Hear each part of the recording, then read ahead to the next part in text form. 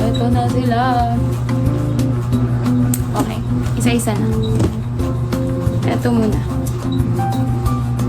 Nabili ko tong mga to ng 2 for 150. Una, ito. Cute siya. Para siyang demure na. Pang demure na babae. Kaya binigay ko siya kay ate. Yan. Tapos, yung isa namang blouse, binigay ko sa kapatid ko. Kaya hindi ko na mapakita kasi kinip na niya. Tapos, ito. Cute siya. Sleeveless. Ang hirap suotin. Pero binili ko. Cute lang din nito. Tali ko muna yung bow.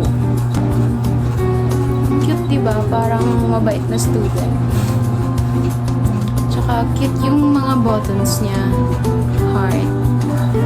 Tapos yung bow. Cute din. May mga mancha lang siya. Pero kaya pa naman yung tanggalin. Kailangan mo lang dito magdoble ng sunblock. Ito pinaka-excited akong suotin.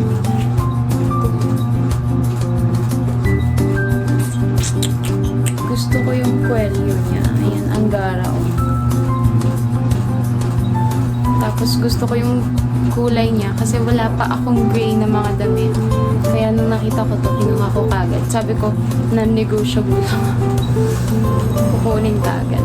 Tapos cute din itong ano niya, ribbon niya dito. Diba? Tsaka knitted siya. Wala pa siyang masyadong sira kaya kinuha ko. I mean, wala talagang sira. Ganito siya sa likod. Ayan.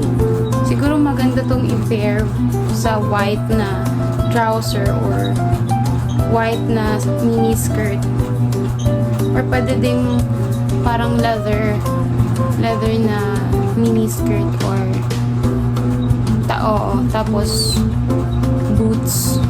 Mahabang boots. Or medyas na gray din na mahaba hanggang tukod. Excited na akong i-style to. Tapos, eto namang trouser na nabili ko. Mas mahal dito sa mga blouse. 100 ko siya nabili.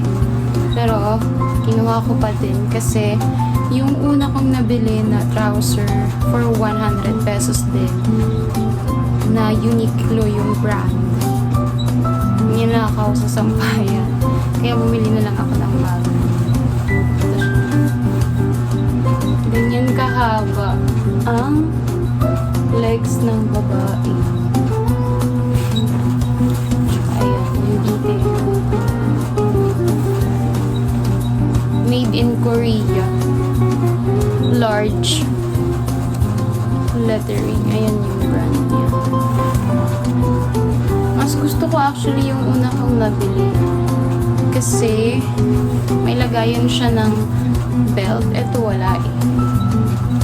Ayan. Pero maganda pa din naman kaya kinuha ko. Siguro, ito muna yung i-prepare ko dito sa ito. Parang mas bagay silang dalawa. Para kang may 1 million sa bag mo. Pwede rin ito. Bahala na. Excited na ako mag-style. Bye-bye!